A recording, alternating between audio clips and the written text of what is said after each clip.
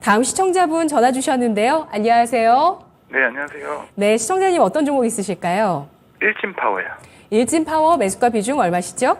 13,000원에 비중 10%요. 13,000원에 10% 비중이십니다. 4거래일 만에 오는 반등이 나왔습니다. 1.24% 상승한 1,630원에 마감됐습니다. 네, 시청자님 10% 이상 손실 감내 가능하신가요? 요즘 어떠세요? 가지면서 이 종목?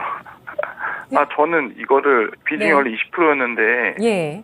9월 21일 날 그때 중입자로 연결돼서 좀 슈팅이 나왔었거든요. 예, 예. 그때 반을 팔고 반을 좀 남겨놓은 거거든요. 네네. 그래서 이제 뭐 손절해도 크게 손해는 안 보는데 뭐 미국 대선도 있고 해서 원전이 좀 갈 것 같아가지고 저는 전문가님이 원전에 대해서 어떻게 생각하시는지 좀 궁금해서 전화드린 거거든요. 예, 알겠습니다.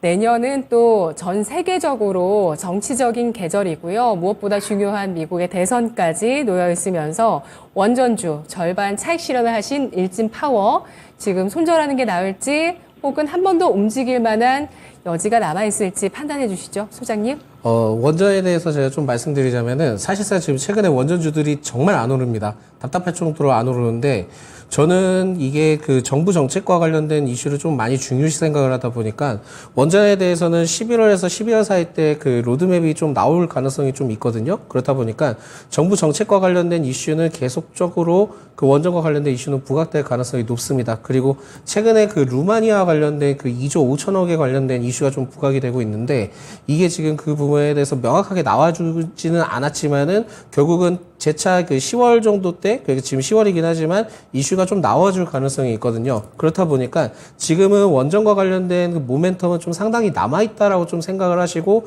접근하시면 좋을 것 같고, 오히려 저는 일진파워의 경우에는 최근에 이제 주가 흐름들이 빠지고는 있지만은 계속 좀 더 가져가 보시는 것도 괜찮을 것 같다라는 말씀 드리겠고요. 아마 그 루마니아 관련된 이슈뿐만이 아니라 결국 체코에 따른 이슈도 있지만은 그 다음 그 동유럽 쪽에도 원전과 관련된 이슈가 계속 좀 남아 있거든요. 근데 그게 이제 본격적으로 수주가 되려고 하면 계약이 체결되려고 하면은 내년 상반기 때 좀 체결이 될 가능성이 높습니다. 그렇다 보니까는 지금은 뭐 주가 흐름이 굉장히 좀 좋지 않다 하더라도 내년 상반기부터 굉장히 좀 남아 있을 가능성이 높고, 그 당시 때 만약에 계약을 체결을 하게 된다면은 2027년부터 29년까지의 본격적으로 좀 수주가 들어가고 공사가 들어가기 때문에 오히려 아직까지는 좀 기대감이 상당히 많이 남아 있다 보니까 원전과 관련된 이슈는 계속 좀 주목을 하셔야 될 것 같다라는 말씀 드리겠고요.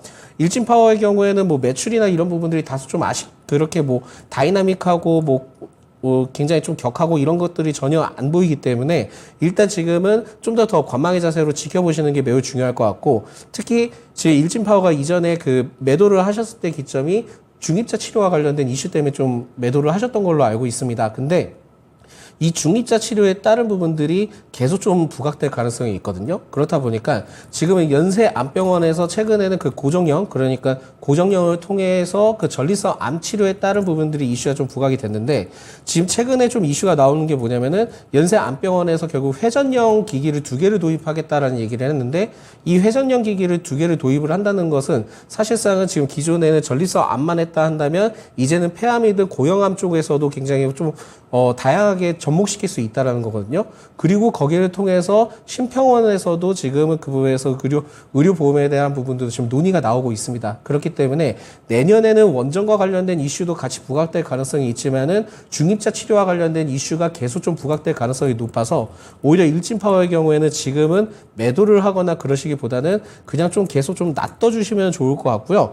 만약에 13,000원만 그 슈팅이 나와서 돌파를 한다 하면은 똑같이 14,000원에서 15,000원대 차익 실현이 나올 수 있습니다. 그러면은 그때 좀 전량 매도를 해보시는 게 좋을 것 같고, 오히려 지금 10,000원대 아랫대, 그러니까 9,000원대 아랫대까지만 이탈을 하지 않고 잘만 좀 버텨준다 하면은 충분히 수익으로 좀 빠져나오실 수 있기 때문에 중장기적 관점으로 보실 수 있다 한다면은 오히려 좀 어느 정도 내려갔을 때는 그때는 좀 추가 매수를 해보시는 것도 좀 고려를 해보시는 게 좋지 않을까라는 말씀 드리겠습니다. 그래서 전체적으로 일진파워는 원전과 관련된 플러스 중입자 치료도 같이 좀 복합되어 있으니까 일시적으로 슈팅이 한 번 더 나올 가능성은 있다. 그 나오게 된다 하면은 갑자기 나오게 된다면은 15,000원대는 매도를 하자. 그리고 추가적으로 또 조정이 받으면은 중장기적 관점으로는 원전 수혜를 통해서 받았을 때 그때는 또 매수를 또 하면서 접근을 해보시면 좋을 것 같다. 그리고 손절은 9,000원대 아래때 내려가면은 그때는 상황 보고 손절을 하자라는 말씀 드리겠습니다.